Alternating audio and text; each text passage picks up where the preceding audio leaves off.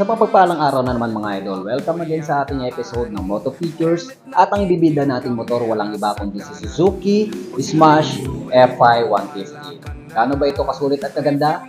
Alamin natin yan sa video nito. Welcome to Haji Moto Vlogs, let's go! Ng visor, may tanalang boses. Bawat salita parang kalabit ng throttle. Hindi lang specs, pati kwento ng makina. Haji ang pangalan to, ang sandata. Da Haji Moto Vlogs, revenge paraiso. Sumisikaw ang makina sa bawat video. Haji Moto Vlogs, tunay na sundalo ng kalsadang malaya. Good morning mga idol, welcome again sa ating episode ng Moto Features. Dito nga pala tayo sa Goanson. Shoutout nga pala sa mga staff natin dito na naging tayo na-assist at laging welcome tayo dito. So maraming salamat sa mga staff dito sa Goanson, Santa Cruz, Zambales. Okay, balik tayo sa motor na ito, Suzuki Smash 115 Fi. So bagong decals niya mga idol. Yan, i-update natin to. Napakaganda at napaka fuel efficient nito. Kung gagawin mo itong pang-araw-araw, napaka pasok ito sa budget and then sa kanyang fuel efficiency. Unahin natin syempre yung bagong decals niya. Ayan, napaka-sporty, daming pa linings. Yan, tribal. Yan, nakalagay dito Suzuki. Okay, so ganyan yung design niya. So kayo nang mag-imagine kung ano yung nakikita nyo. So makikita natin dito para siyang may parang mash, parang ganun, no? So smash. So meron siyang halong deeper red, tapos gray, tapos nakalagay dito FY, Smash FY. Okay? So sa buong kulay naman mga idol, glossy black po siya. Napakaganda ng kanyang kulay. Tapos meron po siyang halong matte black. Okay? So pagdating naman sa unahan mga idol, makikita natin nandito yung kanyang ilaw or headlight sa kanyang handlebar na kung saan siyempre masipit ito sa daan dahil sumusunod ito sa galaw kung saan ka man liliko. Tapos makikita naman natin dito yung FI na sticker or fuel injection. Alright, pagdating naman dito sa baba mga idol, andito naman yung chrome design ng kanyang Suzuki. Mayroon ditong tatlong patornilyo. Okay? Then, yung kanyang ilaw ay gumagamit dito sa kanyang signal lights ng ordinary bulb, samantalang sa headlight is ordinary bulb din. Okay? Suspension naman ito, telescopic fork na may coated na black. Tapos drum brake po. Alam ko meron siyang variant na disc brake to eh. Pero ito drum brake po mga idol sa kanyang unahan. Then spokes po ang kanyang ginamit dito sa gulong. Then speaking of gulong, ang sukat ng gulong 70 by 90-17. Alright? Rim set po siya, tapos tube type pa lamang po. Dito naman sa kanyang bandang likuran, makikita natin ang kanyang very sharp na disenyo ng kanyang taillight. Okay?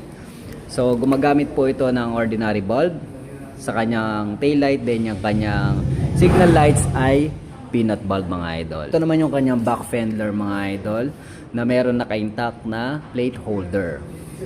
At sa suspension naman, gumagamit ito ng spring coil or dual shock absorber na merong coated na black. Then, drum brake po para sa kanyang braking system. Spokes din po ang ginamit niya rito or rim set. Sukat ng gulong 90 by 90-17. Alright? So tube type pa lamang ito. Sa bandang gilid naman mga idol, makikita natin na malinis, very set up talaga. So may napansin ako dito sa kanyang guard dito.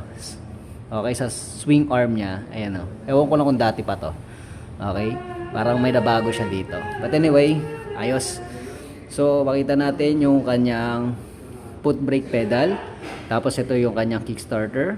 Tapos ito yung kanyang muffler na merong cover na plastic. Ito naman is bakal. So, coated po siya ng silver. Ito naman is black.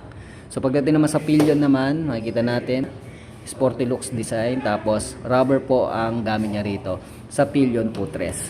Same din sa kanyang rider footrest. Okay, bandang kabila naman tayo mga idol. Ayan. So, nandito yung kanyang gear shifter.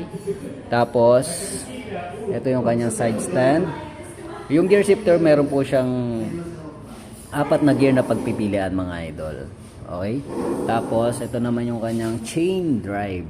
So, sa hatak, chain drive ang gamit ito. Na kung saan, tingnan natin yung set niya. 3070. Okay? Hindi ko lang alam yung kanyang engine. Tingin ko nasa 14T or 13T. Okay? Tapos napansin ko dito, meron po siyang carbon lodi dito sa kanyang cover ng engine. Sprocket. Yan. Ang ganda design niya. Tapos, ito yung kanyang cover pagdating sa kanyang chain drive. Okay ba? Napakaganda. Parang nabago rin to, no? So, sa panel naman mga idol, meron tayong info na meron na bago rin dito. So, ito yung warning sign. Then, ito yung engine. Dati ilaw lang daw yan, pero ngayon, ilaw pa rin. Pero may design na, no? So, yan yung pinagbago niya.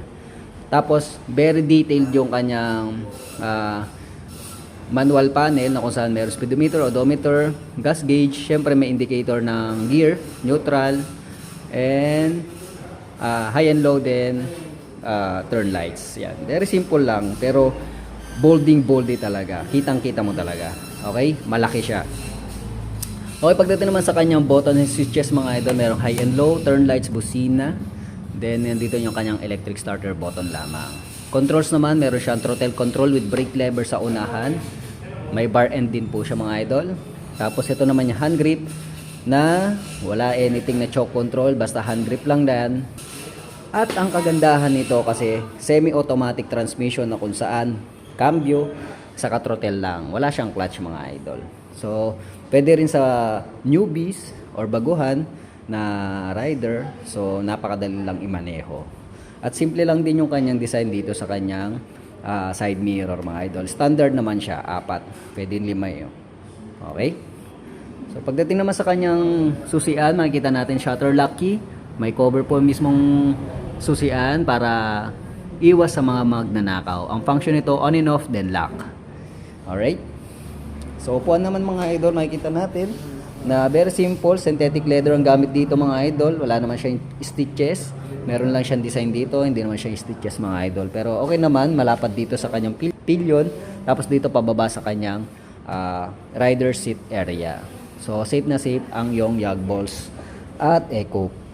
Okay, pagdating naman sa kanyang under seat compartment, simple lang dito sa kanyang compartment. Andito yung battery compartment niya. Okay, malalim, then makipot.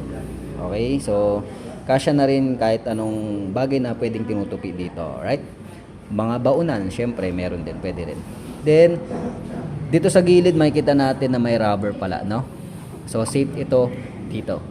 Yan, pit na pit siya. Hindi siya yung parang gumagalaw-galaw. Okay? So dito naman meron tayong dalawang kuntil na nakita. So helmet hook po siya, pwede rin sabitan ng mga pinamili mo, mga idol. Dalawa po siya mga idol. Dito naman din makikita yung kanyang yung fuel refiller na kung saan meron po siyang alulod system, hindi po siya rubber, ano po siya, plastic po siya na matigas. So pag napuno po siya, meron po siyang alulod system. Yan, good point yan. Ay, pag-usapan naman natin ang kanyang seat height mga idol. Okay, I'm 5'4" in height nga pala. So, yun. Ayos na ayos ang position ko dito mga idol. Makikita nyo naman, nalapat ang aking isang paa. Ilapat natin ang isang paa din. So, nakatingkayad lang mga idol. Pero okay sa alright naman. So, kung ikaw ay 5'4" in height, pasok ito sa'yo. So, kung pang daily use naman, okay na okay din kasi napaka-thin or napaka-slim lang ng body nito. Kayang singit-singit at ipasok-pasok sa mga masisikip na traffic. Okay, pagdating naman sa kanyang comfort riding, so yung upuan niya malambot.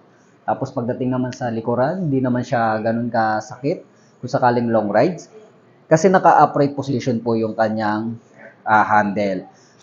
Pag mamaniobra mo is napaka-gaang lang siya. Okay?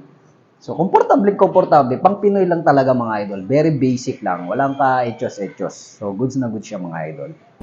Okay, pagdating naman sa presyo nito ay Smash FI via Guanzon, Santa Cruz, Zambales. Ang cash nito is 69,900 mga idol. So, down payment naman nito is 4,300. At sa monthly installment naman nito, meron po siyang 6 months, 18 months. So, meron siyang 3 years. So, banggitin ko yung 3 years mga idol. 3,750. And then, meron po siyang rebate na 200 pesos.